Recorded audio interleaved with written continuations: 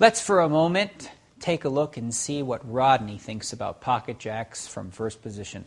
All right, so I'm sorry, I usually would raise with that hand, but that can go either way. And over the last 2 hours, everybody's called 2 or 3 ways. Everybody's called to raise, so I like to just call with this hand in this position. Looks like Alvin raised. He seems to be fairly tight. Paul's super tight. Okay, you heard what Rodney had to say about jacks. Now, can you fault him? I don't know.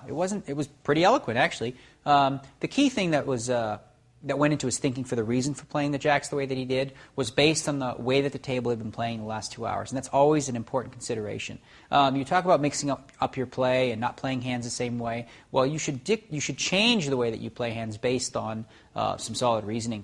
And his seems pretty good. He felt as though if he's raising, he's going to get a lot of callers anyway. And frankly, jacks out of position don't play that well against 4 or 5 players. So he's deciding to play it slightly tricky by just limping in, possibly getting a whole bunch of players in the pot. Maybe he can flop set over set. For example, if it comes jack 6 deuce and someone has pocket sixes, well, he's going to have gin there because no one's going to put him on jacks and limping in that spot. So definitely nothing wrong with the play, especially when you're in a ring game playing cash. You can limp with jacks in first position. Sometimes you can raise. But what I really liked to hear from Rodney there was his thinking, his reasoning for limping with the jacks. It wasn't just because, well, I've been losing with jacks lately, so I don't want to play a big pot. His reasoning was sound. It was based on the play of the table, the composition of the table. Let's go ahead and see what else he has to say.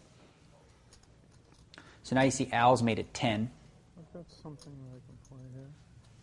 Paul's calling 10 as well. Probably get a few calls. Some loose action here. I'll build a pot, and if I hit it, I can take something. So he limped for 2, and there's 2 players in for 10 already. Looks like Josh is going to make it 30 now, with Queen 5, making a bizarre move there.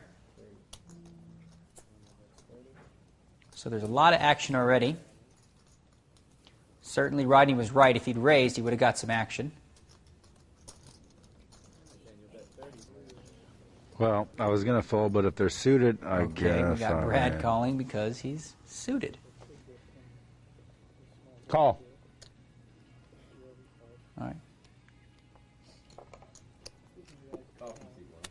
Okay, and let's just stop it right there for a second. So, as you see, Rodney goes ahead and he just makes the call there with the jacks. It's going to be a multi-way pot, and he hasn't over-invested in the hand. He's going to see a flop. If he happens to get lucky, he'll do all right. Let's go ahead and roll it.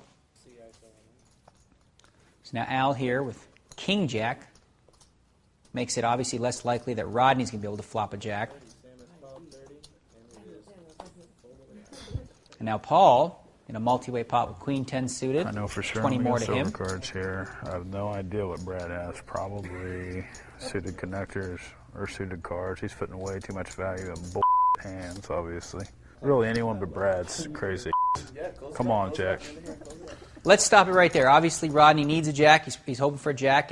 And you notice that the people that he was essentially worried about, he's worried about Paul, he's worried about Josh, who made the re-raise, which makes a lot of sense. But frankly, with so many players in the pot at this point, he really shouldn't be worried about anybody in particular because you can't really play the jacks like you would aces or kings in this spot. And it's probably one of the biggest mistakes a lot of players make of looking at jacks like a powerful hand. In a multi-way pot, out of position, look at jacks like you would 5s or 6s. If you don't flop really good to it, it should be an easy hand to get away from, even if it comes 7-4 deuce. Obviously, you're not going to fold in the 7-4 deuce flop unless, of course, the action gets really heavy. So you want to proceed cautiously, and at this point, with a raise and re-raise, if Josh plays his hand heavy, you're going to have to give it up anyway because he's raised in the face of a limp, a couple calls, and he's raising it. You got more action from Brad. It's a pretty crazy situation. So you'll see a lot less bluffing generally in big pots like this. Let's go ahead and see the flop.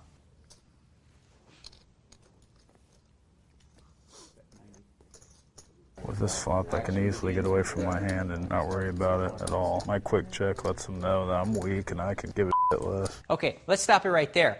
Now, he's absolutely right that flop makes it really easy for him to get away from his hand, and the quick check does give away the fact that he's weak. But is this a good play? No. You don't. Why do you care if they know that you're out? It makes no sense there. His thinking in the fact that I'm going to check really quick so they know that I'm out. What good does that do you? In fact, it just hurts you because if you're playing against perceptive opponents like you are, you're sitting with Paul and you're sitting with Kirk and some other top players there. Now when you don't do that, and you check a little differently, and you think they're all going to know you have something. So you really want to avoid patterns like that, where you do the quick check in this situation, you don't do it in others. You want to pretty much try to have a standard way of approaching these types of situations and not give away so many obvious tells. And the fact that he wasn't worried about it concerns me, because it's like, well, I'm not in this hand, I don't care anymore. But it does have an effect on your overall bottom line in the long run, especially if you're going to play with these guys again and again.